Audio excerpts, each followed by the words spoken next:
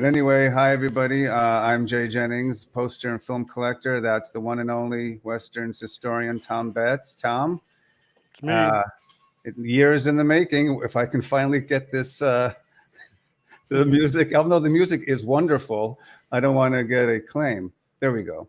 So Tom and I were so happy you could. I'll move closer to the mic. I'm so glad you guys can join us, and I think we can be.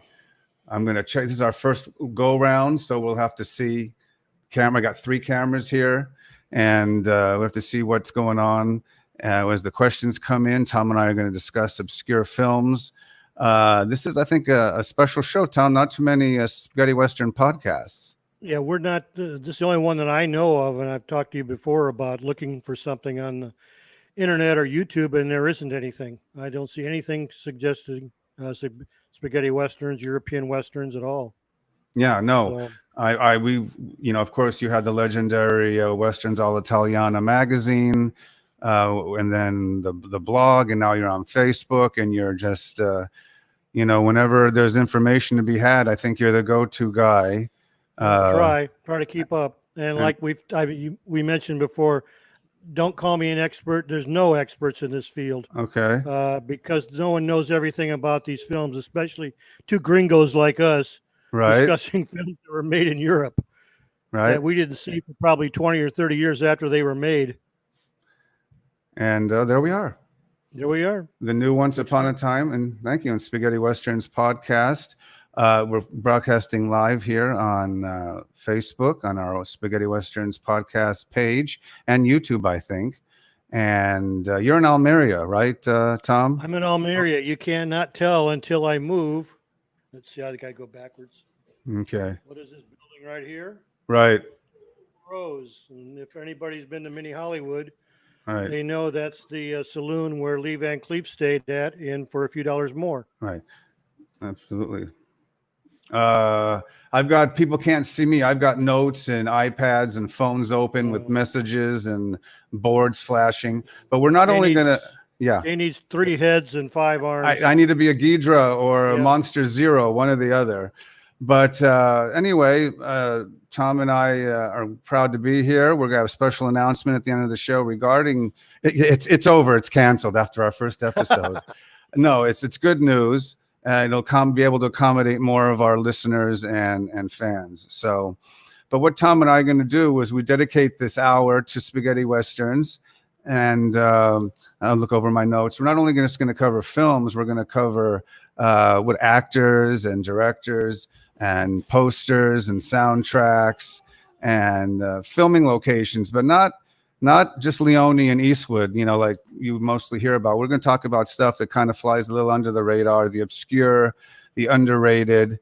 I will mention the Eastwoods and the Corbucci's and the Leones, who you'd have to be dumb not to, but we want to give the other side a chance. The ones, who else made these great films all over Europe in the 60s and 70s. So we'll be discussing the not so famous. So anyway, we picked 20 obscure films, Tom and I did each. And let me just see. We'll go to 1 second, folks. There we go.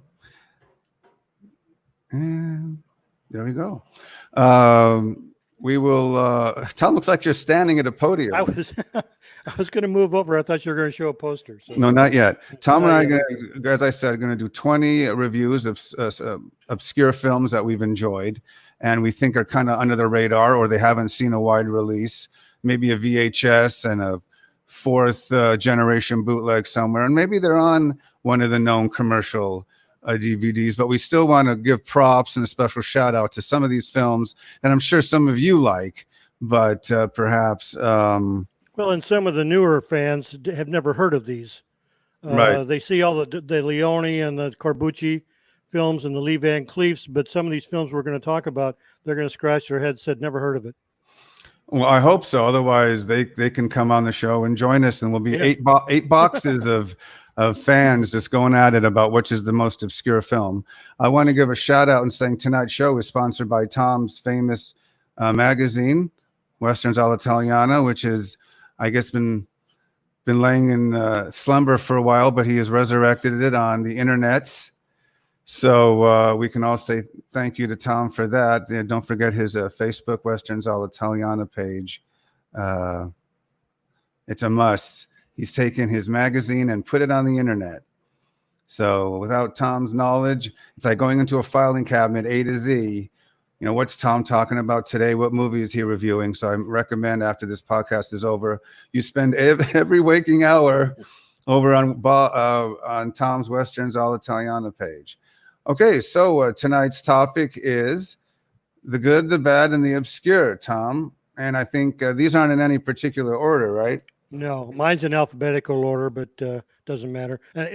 Alphabetical order means nothing because the title here is known by something else in England or Germany or Italy or Spain. So, okay. Well, we'll go over alternate titles, but I think your let's see, what was your first pick? My first one is an American release called Amen, better known probably as Challenge of the McKennas or McKenna, and the Italian title is La Fida de McKenna, and it stars John Ireland and Robert Woods and Daniela Giordana. And it's like a lot of Robert Woods films. They're Westerns, but they have a backdrop of either mystery or drama.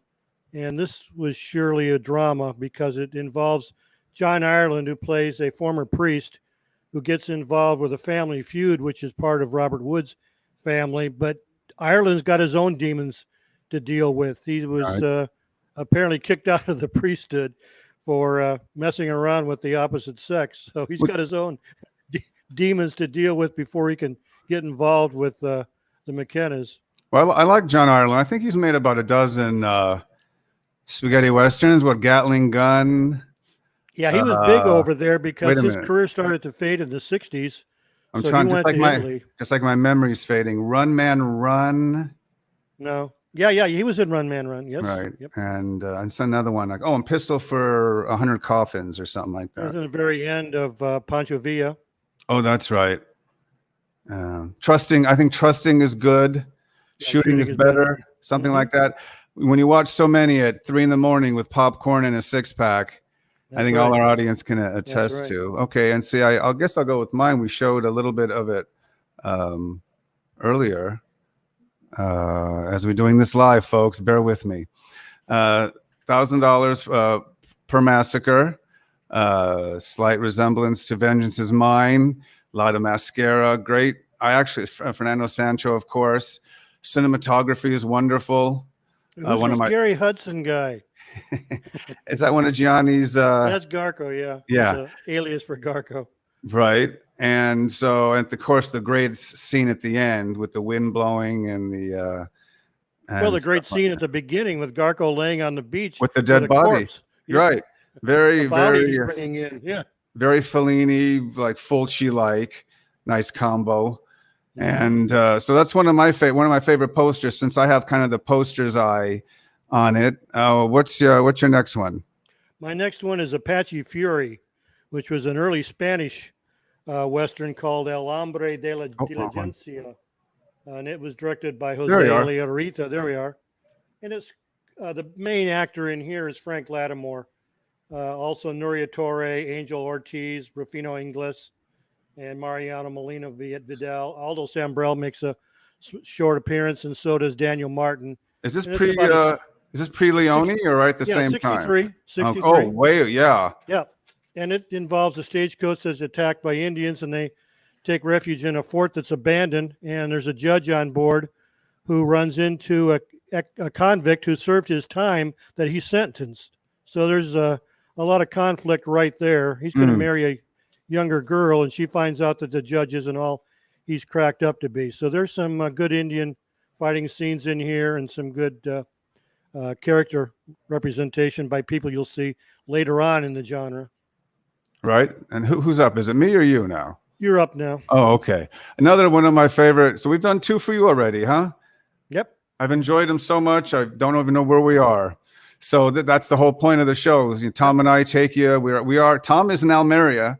I'm in the basement of my mom's wine cellar. So my next one is another favorite poster, and it's 15 scaffolds, if I can find it. 15 scaffolds for a killer. For a killer. Yep. And I just love the atmosphere, and like the 8 you see there's hanging there in the fire, and Craig Hill's never looked better. Yep. You know, maybe in I Want Him Dead or something, but that's the one I really think. He's got his hands tied and he looks at the hanging corpses, and it's just very art filled, and one of my favorite. I think that could be a 4F. That's a 4 Foley. I mean, it's huge, but it's in 2 sheets, Tom. Wow. I'm sure you knew that. But anyway, so what do you know about Craig Hill?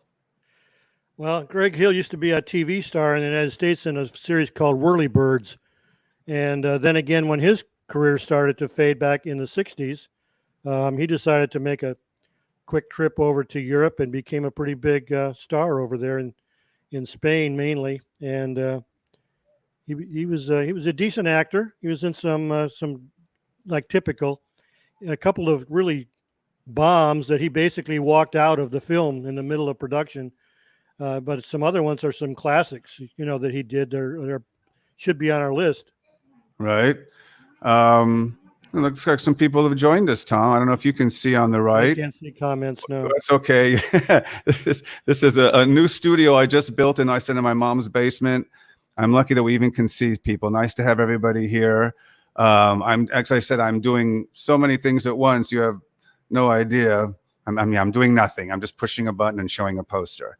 But anyway, Tom, what's up on your okay, my next one is, and again, the American title was released as The Avenger, but it's basically known as Texas Adios. Oh, yeah. And it's sort of follow-up to Django with Franco Nero. And I thought it was a Django film. Well, everything that Nero is in is called Django in Germany, as you know. But a lot of his films were retitled Django, and there must be 100 Django films, Jay, that you know that have never used the name Django in the film at all. The guy's name is Rick Jones, and somehow the title says Django something. Right. No, what they did with this on the poster side, that's the poster from Django, one of the posters, the German one. They just re-slapped it on this one. Yep. So it stars Alberto Del Acqua, a great stuntman, plays his younger brother. Beautiful Lisa Montez and Jose Suarez. Of course, again, some of the Leone regulars, Luigi Pistilli and Livio Lorenzen, are both in this, have small roles. Right. But Franco goes down to Mexico to go after the killer of his father. And he takes his younger brother with him, which is Del Acqua. And they find out that I shouldn't ruin the plot. Or probably. The ending, I shouldn't ruin it, but they find out more than they bargained for of who this Suarez is. That figures. So thanks for that. As I said, Tom, knowledge. That's why I was honored when you called me and said, let's get this on. So there's an outlet for fans and we can discuss films and so forth. So is it, as I keep losing track, Tom, in your stories, whose turn is it? Who's up? Your turn now. My turn. Okay. Well, I think, you know, a favorite of mine is Klaus Kinski, of course. Hi, this is Klaus. And I love channeling him. No. Klaus would be yelling. Or they give him an accent like this, like they did in one of those movies. I'm like, that's not what he sounds like. So one of mine, I love the title taken from the Bible. It's and God said to Cain, if I could read my Spanish. That's one of the few. That's one of the few that he actually was the lead. Right. The star. Yep. And he's basically on camera most of the time, which is nice, as opposed to he comes in every 20 minutes. Even though the Great Silence is great, which is taboo today, we can't talk about that. Right. Only the ones that flow under the radar. But I think this is one of his better roles. It's a little bit subdued. What do you think, Tom? Yeah, when this thing was on video and even some of the DVD, the ending scene is in the dark and the wind in the town, and it used to be a fight like two guys going after each other in a cellar or a coal mine. You could barely tell what was going on, but it's improved over the years with different releases. But it's one of his best films. Oh, I like it.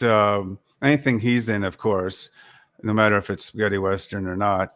What's your next obscure or My needs next more one attention? is obscure. It's called The Bandit Malpelo, El Bandido Malpelo, released in '71, and it stars Eduardo Fajardo. And this is the question for the audience. If anybody can tell us who George Carvel, the supporting actor in this, who the heck is that guy? I can find nothing on him. And then the lead actress is Charo Lopez. And it's a young revolutionary who's captured and tortured by the federales. He's trying to get some maps and some secret documents to Pancho Villa. And Eduardo Fajardo, who's a bandit, comes along and rescues him and helps him deliver the documents. That's not Stuart Whitman, Tom? No, it's not. It looks like it, doesn't it? Yeah, no. Right. George In fact, you've got him behind you. No, I don't think so. I was thinking this guy back here was, but it's not. But yeah, George Carvel or Garvel. I've seen it both ways. I have no idea who he is. He could be a stage actor that made one or two films, but I can find no information on him. Right. I guess my next one is one of my favorite posters. It's another Foglio, huge, gigantic. You can sail on it on the ocean, and that one iconic shot. And if I can find it, here it is. Oh yeah. That's the other. There's Enrico Maria Salerno, and then there's Gian Maria Volonte. So are those the two only ones, or is there another another actor? And probably is. I can't think off the top of my head. That's a big one. I should move on. Salerno is excellent in this film. Just a great acting job. And yeah, there's a lot of iconic scenes in it, and I enjoy it. It's on a couple other lists, of course, but I just thought, in my opinion, poster-wise, it's a top fiver. There's others that I put up there that just stand out if you walk into a room. Yep. You should see it in a frame. It's a masterpiece. It should be in the Sistine Chapel. So what is up for you next? You know what I'm trying to, I don't know if these folks are knowing, I was actually been trying to show some trailers, but due to technical difficulties beyond our control, which I hope to have solved by our next podcast next Friday, I can only do them via another means. So let's take a look at one of Tom's films. Okay, the next one I've got is wait a minute, film. Wait a minute, Tom. I'm actually gonna set it up where we can see. So we'll go a little bit out of order. Whatever I can make work. Okay, where is it? Okay, yes, technical difficulties beyond my control. I actually thought I had it all ready to go. We can hear the music. Can we? You hear that, Tom? Nope. Okay. Well. Okay, I don't know what that's there for. Well, that was the setup of what I was going to play everybody. Anyway, so what was yours again, Tom? I was trying to run the trailer. The next one I have has not been released. I thought it was on video, but not DVD. It's called The Boldest Job in the West. Spanish title is called Nevada. And the video cover that I've seen looks like a comedy. It's got Fernando Sanchez on a donkey in the middle of the desert, which has nothing to do with the film. But Fernando Sancho, Mark Edwards, Carmen Sevilla, Charlie Bravo, Piero Lully, Patty Shepard, and Frank Brana are in it. And it's about a gang that robs a bank. And, of course, they go up in the mountains in the snow. And, of course, they get mad and start double-crossing each other and trying to steal all the loot from each other. And finally, they get into a big fight and a gunfight and fisticuffs. And the horse runs off with the money. And the horse goes back to town. There it is. And that's not the poster. That's the poster, but that's not the video cover. Right. But anyways, Fernando goes after the horse. And again, I won't ruin the ending, but it turns out to be different than you would think. Right. It's okay. It has a couple, as I said, known as Nevada. But I don't think it has a release yet, does it? Or yeah, it's on DVD. I found that it was on DVD. Oh, okay. Yeah. Well. Oh, I'm sorry. No, it was not on DVD. It was only on video. Oh, okay. Well, even then, I just wanted to say, I guess another welcome to everybody. I guess the first part of the podcast is up, and this is where I'd run a commercial and say, "Be back in 30 seconds." But this is live podcasting, so it gives me an opportunity to say hi to some people that might be watching. We know fans of the show are the great Richard Harrison and Brad Halsey and Gianni Garco and Glenn Saxon. Of course, our good friend. Yes. How about my uncle Jack? Jack Betts. He's not my uncle. Our good friend Robert Woods, Rod Dana, and let's see, we got Enzo, Maestro Enzo, Sergio Martino, Monty Hellman, of course, Fabio Testi. Let's not forget our author friends, Mike House, Javier Ramos, Eugenio Ericolani. I hope I said that right. Courtney Joyner. And, actor Vasily Karis, I hear, is a fan. So that name's about our fan base. For you 12 who've tuned in, we thank you so much. I don't know what to do with this microphone. It keeps getting in the way. So who's up, Tom? Whose pick is it? You're up next. Okay. I guess mine is based on poster and film itself. Oh, okay. Here he is. It's one of the strangest ones of all time, of course.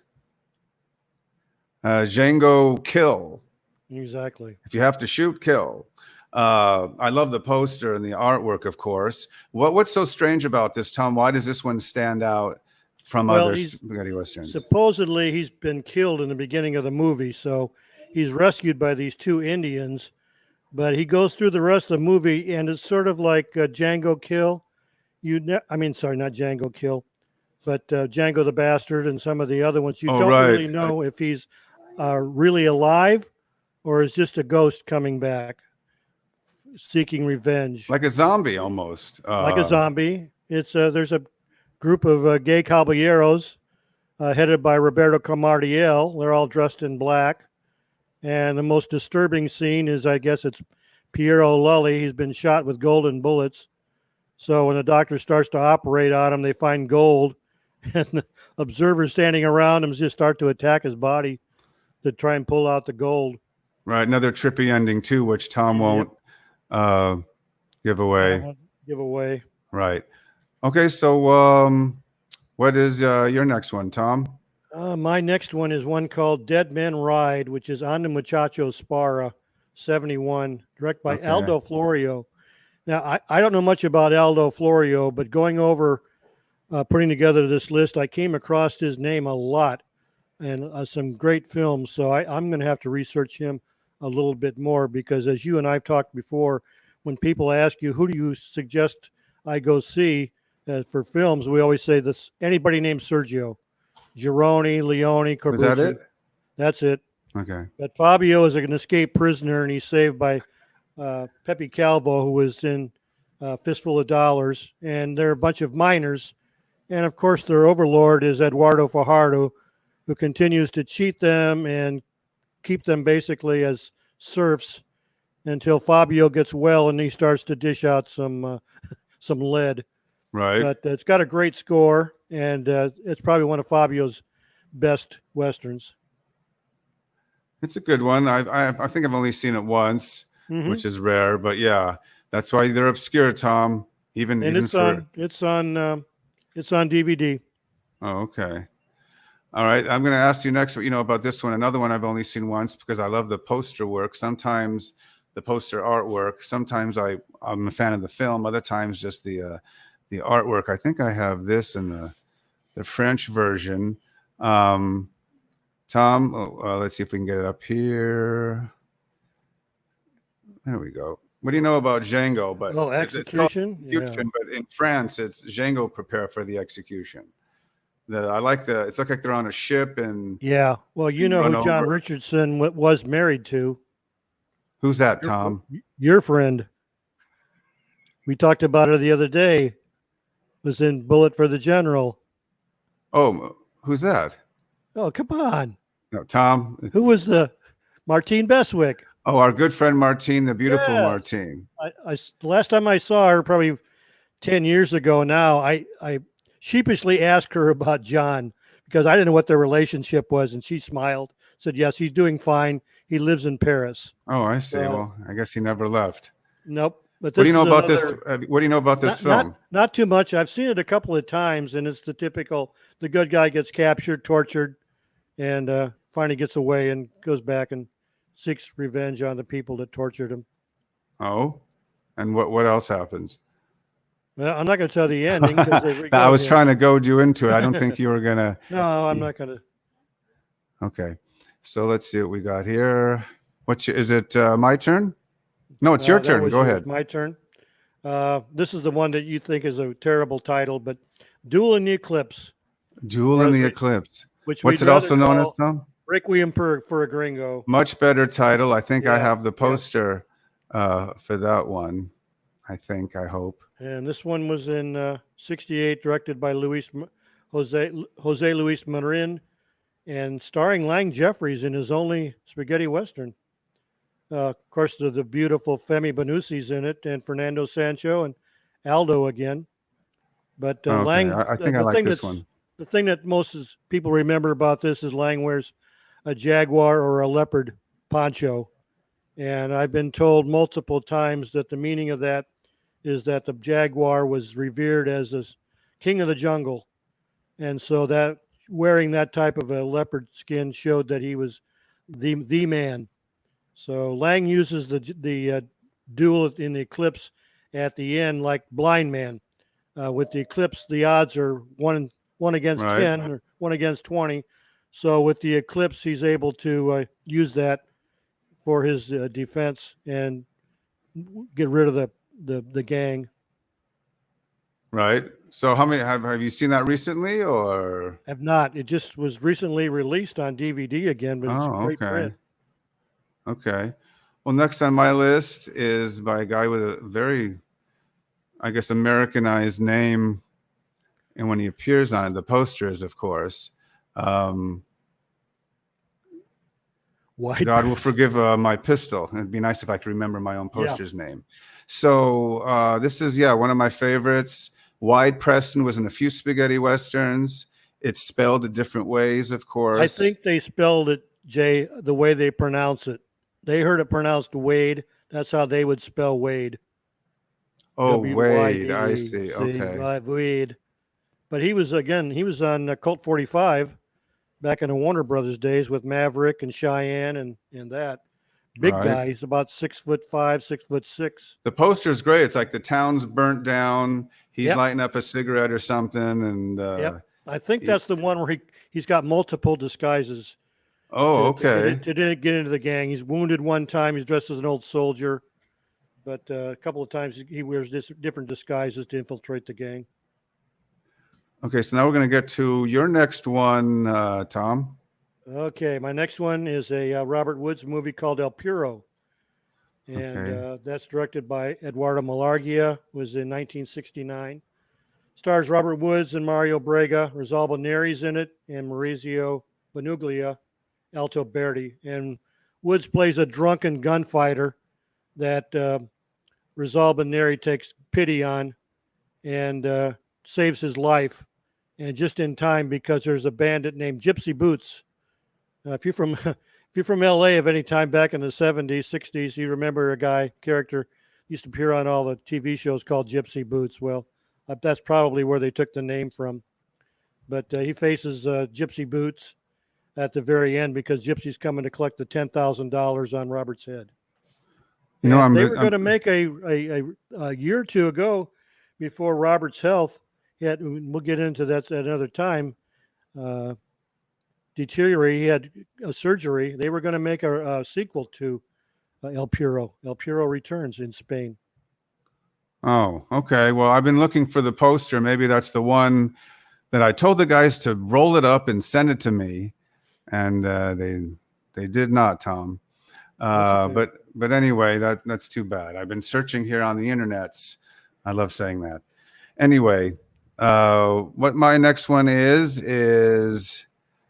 oh, is it another John? It is a John Ireland favorite. The title and the poster. I prefer European posters, you know, Italian, Yep. French, German, stuff like that. But the American US one sheets are good once in a while. And I think one of them is this one. Oh, look at us. Hate. We can be split. Yep. Okay. So Hate for Hate, great poster work. Antonio Sabato did a couple. I guess he was a known name.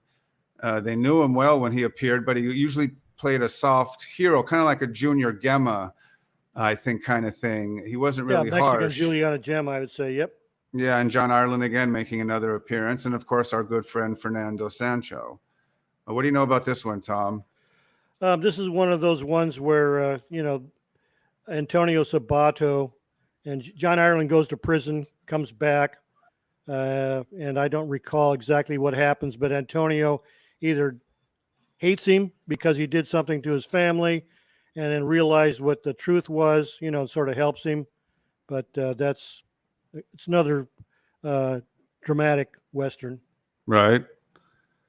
And let's see, what else? Fernando Sancho. How many spaghetti westerns do you think he appeared in? You told me a story because his close friends was who? Fernando Sancho was great friends with Eduardo Fajardo. Eduardo Fajardo was the head of the Spanish Actors Union. So anytime they were going to do filming in Spain, he would be notified ahead of time, and he would round up the actors to be in the film a lot of times. And of course, Fernando being his best buddy, you'll see either Eduardo being the main villain or it's Fernando being the main villain. So they would trade off. Right. It sounds like a plan to me if that's where you can get work. I'd say Fernando's probably in 35, 40. And how many is Robert Woods in? Well, I've got 25, but he says 40. But how many of them are made and not released? I don't know. Well, when he comes on the show, he could he'll confirm how many it is. I know that they misspelled his name 13 times. Right. He gave up, that could be a record. Right. So anyway, the next film, I think it's on you, Tom. Okay, let me flip the page here. Oh, this is my favorite. Okay. My favorite little gem called The Forgotten Pistolero. Right. Or Il Pistolero del Ave Maria by Fernando Baldi, another one of my favorite directors, great action director. And it stars as pictured the great Leonard Mann, one of my favorite actors, Peter Martell, the great Luciana Paluzzi, Alberto de Mendoza, the beautiful Pilar Velázquez, Piero Lully again, Luciano Rossi, who always plays a loony, but he's really good in this, and Jose Manuel Martin, who's the last of the Spanish character actors of that era that's still alive. He was probably one of the oldest. He's got to be 90. Right. But the brother and sister witnessed the murder of their father when they're very small, and they're taken away. And Peter Martell tries to go after the brother to tell him what's going on, and he's constantly being harassed and chased by Manuel and the other henchmen until he finally stumbles into Leonard Mann's cabin, and he tells him who he is. Right. And they end up rounding up his sister, and they go back for revenge against their mother. Oh, okay. For marrying the other guy, right? Yeah, she was behind the murder of their father. Oh, I see. They've hated her forever. Okay. And then when they go back, a couple of times I saw this, it was in Spanish. And at the very end of the movie, they come to her, and she's crying, and they start crying, and I'm going, what the heck is going on? They hate this woman, until I saw it in English. Right. And then the truth comes out, which again I won't spoil. Yes, please don't, Tom. It's the whole basis of the film. Well, what I'm going to try and see if I can get another video up here. If not, then we'll go right back to reviews. I've been trying desperately to get some stuff to work here. I know because we're live and we're working out all the nuts and bolts here. So let's see if this video comes on. No one will be more happier than me, Tom. So let's cross our fingers, say a prayer. Yeah, here, let's see.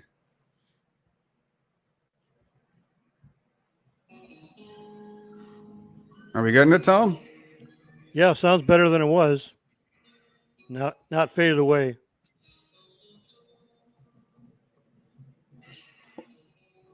You hear it now? Yep.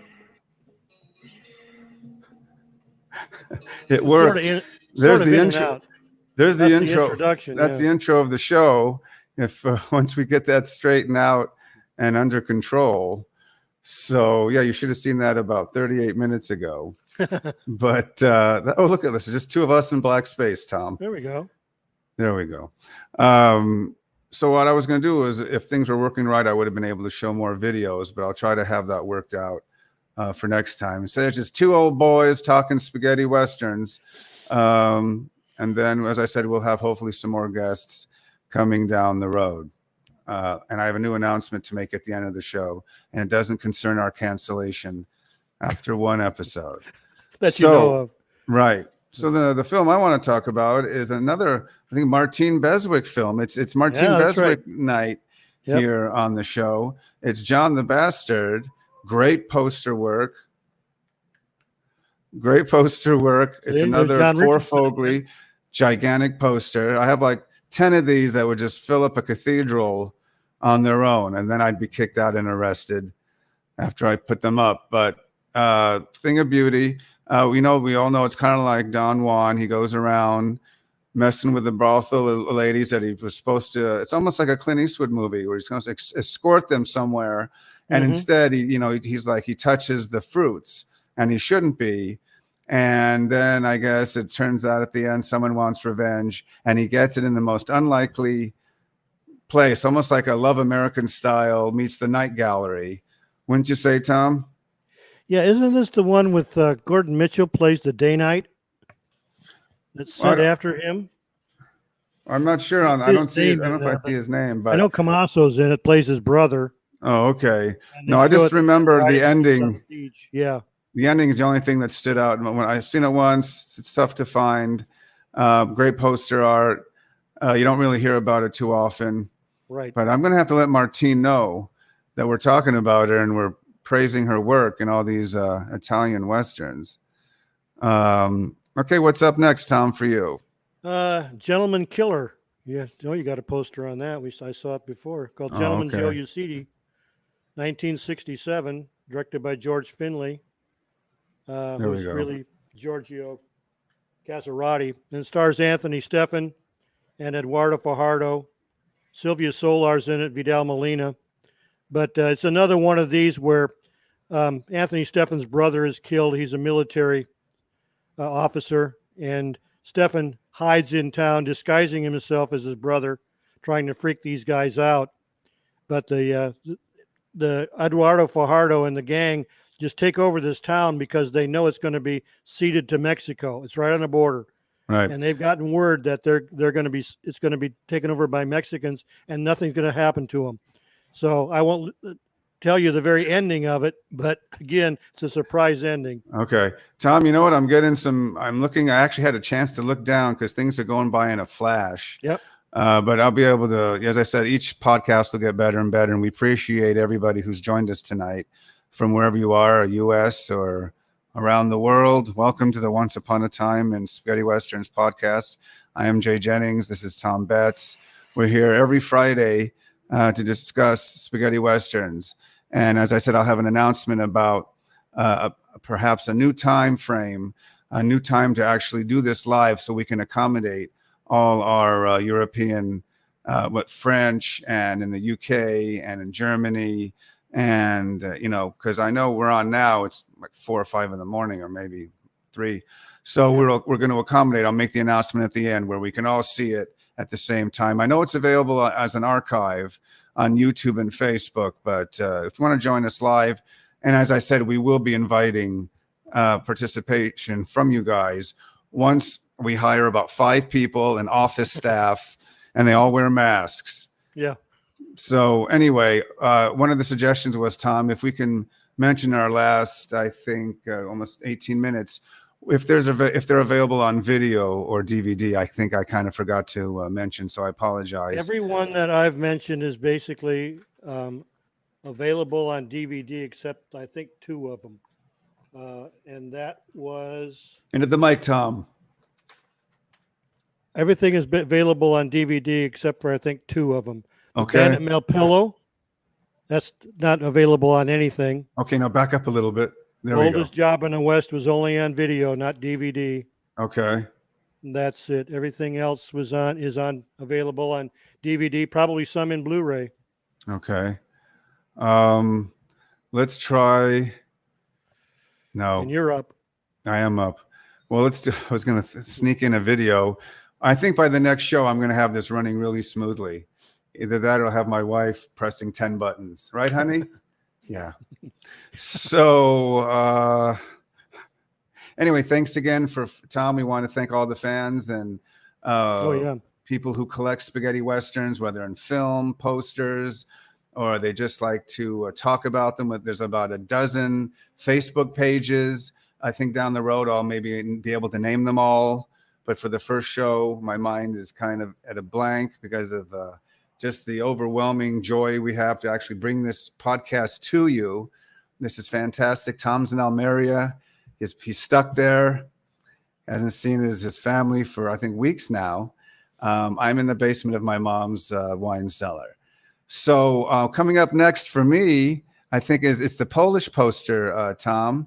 But it's not your typical spaghetti western. It's kind of a John Ford spaghetti western. What am I talking about, Tom? I don't know. Oh, In the Shadow of a Cult? In a Cold Shadow. Let's get both of us. It's got a great opening scene with Aldo Sambrell, yes. And then the younger gunman and the older gunman go their separate ways. And the younger gunman falls in love with the older gunman's daughter. That's bad news, because the older gunman knows what kind of life he's had. He doesn't want his daughter married to someone like that.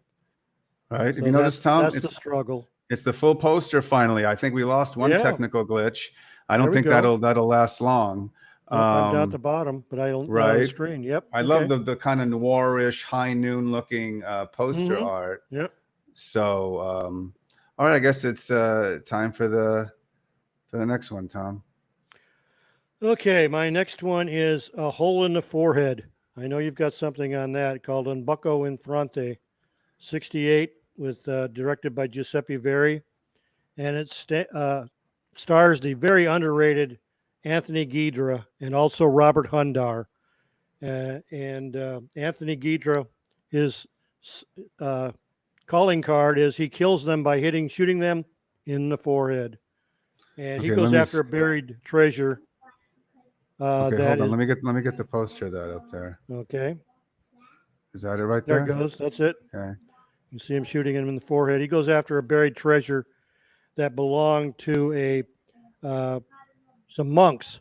Okay. And Robert Hundar finds out about it. And he goes after it, and he basically, terrorizes the monks until Ghidra comes back, and then they have their final duel. But it's very good. Yeah, there's a motif of someone getting shot in the forehead. That's Robert Hundar. Oh, okay. Well, that sounds good. Now let's get rid of, so we don't keep blocking Tom. Okay, and then I guess it's my turn. Your turn. Right, as we come into the home stretch. As I said, pardon all the glitches and stuff here, folks. I had a lot planned for you tonight. But as I said, some technical glitches, podcasting, Tom and I, podcasting live is incredible. Yeah, it's quite the experience. So mine next one is, it's one of my favorite posters is, I feel like an announcer on a TV show, Law of Violence. Tom? Can't help you. Can't help you. I don't even know if I've seen. I know what it is, but I don't remember seeing it. Wait a minute. I had some notes. Okay, I think. And I don't have any notes on this thing. Okay, all right, I got it. My bad. I'll be honest. I don't know anything about it. I tell you. Okay, no, I don't recall what it's about. A guy spends some time in jail that he didn't commit. Giorgio Cerrone. Okay. So he returns to Red Rock seeking revenge. What a surprise. Yeah. Well, Giorgio Cerrone is George Greenwood. Okay. That makes sense. Okay. It is George Greenwood. You're right. Yep. With Igli Villani and Angel Aranda. It looks like the guy is missing the bottom part of his legs or something. That's this just is a kind of poster cut off. Yeah. that's one of the more gruesome posters that I've seen. Usually it's just blood or a guy falling backwards. Mm-hmm. So, Or, but no, or a hole in the forehead. good one, Tom. Okay, what is next? All right, one of my probably my, well, I shouldn't say my all-time favorite, but one of my favorite Enzo Castellari films, Kill Them All and Come Back Alone. Oh, with Amazzali, Tutti Tornasono with Chuck Connors, our favorite rifleman, Frank Wolf, Franco Cidi, Leo Ancaraz, Ken Wood, Alberto Dell'Acqua again.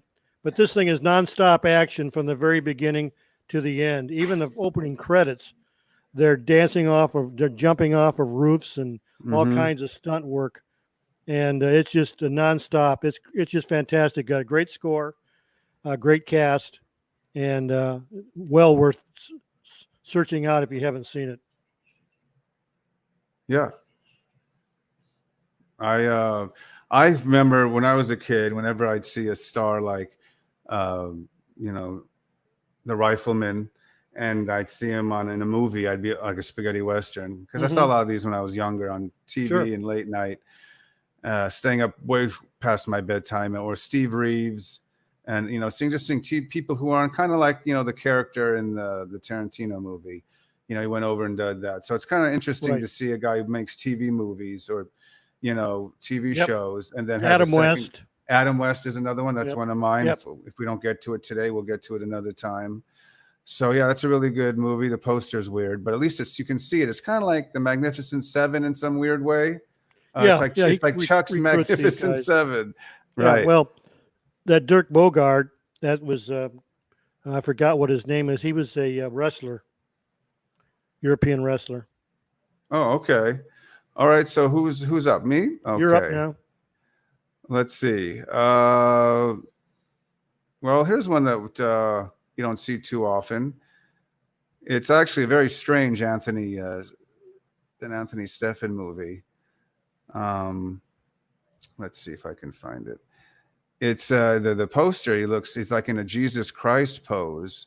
Here it is. It's Shango. Shango. Yeah. Well, I called it Shango. Whatever. Oh, it's on my face now. You're from Beverly Hills. You would call it Shango. Okay, hold on. Let me get this to look right. There we go. So, no, you see, it's got like a Christ leaning forward. He's almost wearing like the crown of thorns. Is that the one where he's in that basket hanging above the tree? That got me when I first watched it, because all the opening credits are played over him rotating around, and it looks like a bird cage. It's a big basket that he's been imprisoned in. Yeah, that's the one. But once he gets out of there and the action gets going, it's not too bad. Yeah, well, I mean, it was different for him, kind of like that. Yes. The closest one to that is like Apocalypse Joe. Right. Sort of like that. And there's a few others. I mean, I'm more of a fan of Gunmen, you know, Sent by God. More of his harder, where he's like on the revenge, just basically anybody gets in his way, turns around, gives a grin, and shoots them. Kind of like that. Yeah. I always said, Anthony Stephan, you can tell what type of film it is by he wore two hats, if you recall. The Django hat, which was black, and a typical spaghetti Western hat, or the light brown one, which more looked like an American. If he wore the brown one, it was all fisticuffs. If he wore the black one, it was all gunshots, all gunfights. Oh, okay. I know other ones that he's made. What's another one that comes to mind? And a W Django, or maybe that's the same one of Gunmen Sent from God. As we're going to do a show on titles and alternate titles down the road, which is going to drive us all to the loony bin. Some of them have 10, 15 alternate titles. And we all know Django was one of them. Django's and everything. Right. And Django, or even if it had nothing to do with Django or Ringo, or even Sartana or Santana, you're like, who is that character in the movie? And it's nobody. It's to sell tickets. The producers didn't like the way it came out first. So they, you know, just like in Hollywood, the independent movies, they change the title, shelve it, give it a whole new name, add some scenes. Italian spaghetti Westerns were no different. But that's a whole other alternate titles will be another one. Speaking about, I think next week we should mention, Tom, we're going to be doing underrated actors of the spaghetti Western. and like Craig Hill and Sean Todd and even Glenn Saxon. And I mentioned Anthony Guidra. Right. And a whole bunch of even Fernando Sancho, even though we know him, he's still, I think deserves a lot more credit. He carried a lot of movies. If you saw Fernando Sancho on the poster or the opening credits, you knew you were in for a good film. Right, right. And with a little bit of lighthearted comedy, perhaps, but always playing the atypical, maybe the revolutionary sergeant or general, and there'd be, with Thomas Milan, or there's Nero's in it, or, Palance. It doesn't matter. He's always among a good cast. He's okay. Don't laugh. He's kind of like the Orson Welles of spaghetti westerns. Yeah, exactly. He gives it a little class, a little oomph when it needs it. So I've always been a fan of his. So he always played a good villain. Yep. And so we'll be talking about underrated or maybe not well acknowledged spaghetti western actors. Down the road, as I said, we're going to have guests like Robert Woods. Was it Robert Wood? No, it's Woods.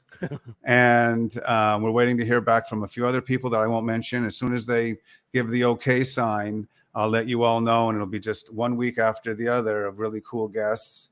I also think now at the 54-minute mark, thank you all for hanging in there from both the U.S. and abroad. It's late, I know, if you're in Europe, but if you're here in the States, thank you for joining Tom Betts and myself. I would like to give thanks to Sebastian Hasselback, I hope I'm saying that correctly, who runs the Spaghetti Westerns database. Your go-to place, I think, Tom, on the internet. What's Tom got back there?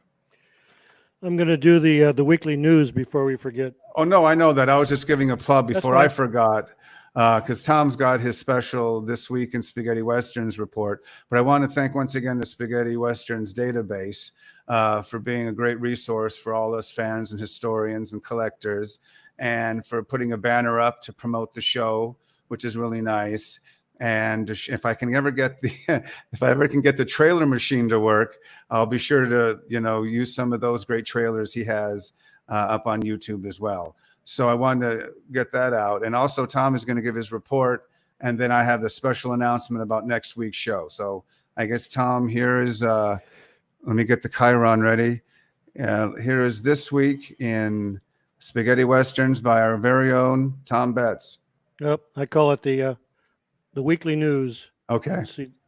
Anyways, all of us have been waiting for Django to be released on Arrow Films, and he ran into some legal problems a few months ago. Well, I'm happy to announce that those legal problems have been cleared up, and the Django Blu-ray will be released at the end of June 30th.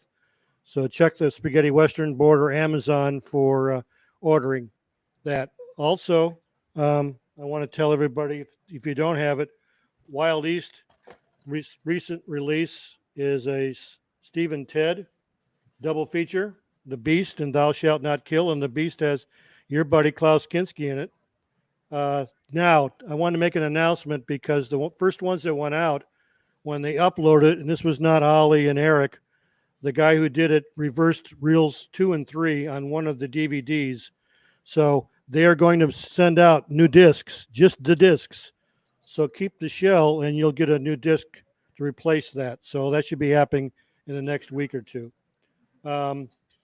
Also, The Specialist has been released May 18th on Amazon. It's going to ship the 25th, and some of it is shipped today. The Specialist, that's the one with Johnny Halliday. Also, new book has come out by Mike House. I gotta get used to this. Oh yeah, oh that's a great book. Yeah, Spaghetti Western Digest, 200 pages. It's in English. It's got reviews, interviews, all kinds of articles. You can get it on Amazon. The only other thing I've got is there's a Cult Western box set. Now this was released in 2010, but now it's available in Blu-ray. And it contains the Bullet for the General, Django, and Keoma. And that's a Region B2. And it's released by Cult Films, so that's available. And sadly to report, we have 2 passings this week. Actor Michel Piccoli passed away on May 12th. He was 94. He's a French actor born in Switzerland. And he appeared in 3 spaghetti-related westerns. Don't Touch the White Woman, played Buffalo Bill in that. Some sort of a modern day Custer's Last Stand in Paris. He was also in a fringe western called Far West, 1973, with Jacques Brel. And one I never heard of until I saw as a bit was a 1951 western short called Terror in Oklahoma, which was a takeoff on Hollywood westerns. And one other sad note is composer Peter Thomas passed away on May 17th. He also is 94. And Thomas composed the scores for The Last Tomahawk, 1964, which was Anthony Steffen's first western. Thunder at the Border, 1966, with Pierre Brice and Rod Cameron. And a Mexican TV series called My Friend Winnetou with Pierre Brice. That was 1979. That's all I've got for this week, Jay. Oh, that's some good news, some sad news. Thanks once again. That's what Tom used to do with his magazine when it came out. And he would give you, there was a page or two at the end that gave you a rundown of what was happening. And back then, it was almost like the Pony Express, Tom. Oh, yeah. You'd have to send it out and stamp them and send them and label them. But I don't want to get carried away. It was a great magazine. We were mentioning, Tom and I will maybe save it for another show, a conversation where we thinking on one of the sales sites. I don't want to mention it to give any promotion, but somebody had a couple magazines up there. And so if you were lucky enough to get it and you know what I'm talking about, have fun, because they're great magazines. So anyway, the big announcement I'm going to say, and it doesn't matter if we go over a minute over, that's fine. We're not going to be fined by anybody. And the big announcement is, if you have a drum roll. That's you in the bathtub, Tom. Anyways, so the big announcement is the show is going on every Friday. That is not a problem. But as I said, to accommodate our growing European fan base and audience, I'm getting emails and texts and private messages. I'm asleep at 3 a.m. Can you do something about that? I'm talking about 20 or 30 of them in the last week since I've been promoting, and I apologize to these websites. I have a little PR in me, and I'm old Hollywood, so I just want to, spread the word by posting in different sites and saying, here we are, come watch our podcast. The big announcement is we're going to change our time from 7 p.m. Pacific Standard Time on Fridays to noon, 12 p.m. every Friday. And so that means our friends in Europe can see the show, I think, between 8 and 10 p.m., maybe closer to 9 or 10 or maybe an 11. Yeah, but at least they'll be up. And if they're at home and they want to watch the podcast, as I said, I've gotten really a lot of messages saying, please, can you be on at an earlier time? And I think noon is okay, especially during this extended stay-home vacation we're all on. Who knows? Once it's lifted, it'll be once a month, and it'll be, que sera, sera. But until that happens, Tom, I think Fridays at noon Pacific Standard Time. I guess that's in the East Coast. What is that? 3 o'clock. Yeah. So please join us as we've just gone over by a minute. I want to say thank you for everybody for watching the podcast. We'd enjoyed it, and it's going to be archived, and it's available to watch both on this page, our Once Upon a Time in Spaghetti Westerns podcast page, and on our YouTube page of the same name, Once Upon a Time in Spaghetti Westerns. So it's there. This is episode 1. It was our obscure Westerns film list. And the next one we're going to do, underrated spaghetti Western actors, ones who didn't get the accolades, but still were damn good actors. So I'm going to try to run one more video, Tom, before we go to give everybody. So I want to say thank you for everybody watching. We'll see you next Friday at noon, 12 o'clock Pacific Standard Time, 3 o'clock Eastern, and either 9 or 10 p.m. For our friends overseas. I'm really, really trying hard to get one last video to play. And this is live podcasting, folks. So I don't know, maybe I can get something. Let's see if we can go out on a trailer. Okay, Tom? So for Tom Betts, I'm Jay Jennings. Please join us next week, Friday at noon. And let's give it a last chance as we close on a trailer. Here we go, Tom. See you next Friday. Adios, amigos.